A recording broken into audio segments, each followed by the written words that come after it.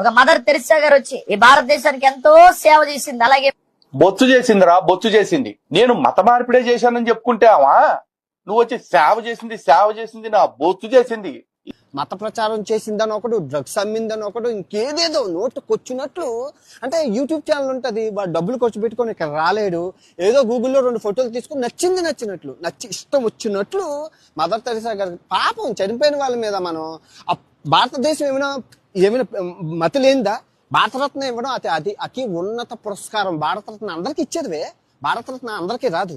ఇటు 7 తరాలు అటు 7 తరాలు చెక్ చేసినట్లు మొత్తం క్లీన్ చీట్ ఉంటేనే భారతరత్న వస్తుంది. అలాంటి ఈ దేశాన్ని మోసం చేసింది, ఈ దేశంలో మత మార్పిడి చేసింది.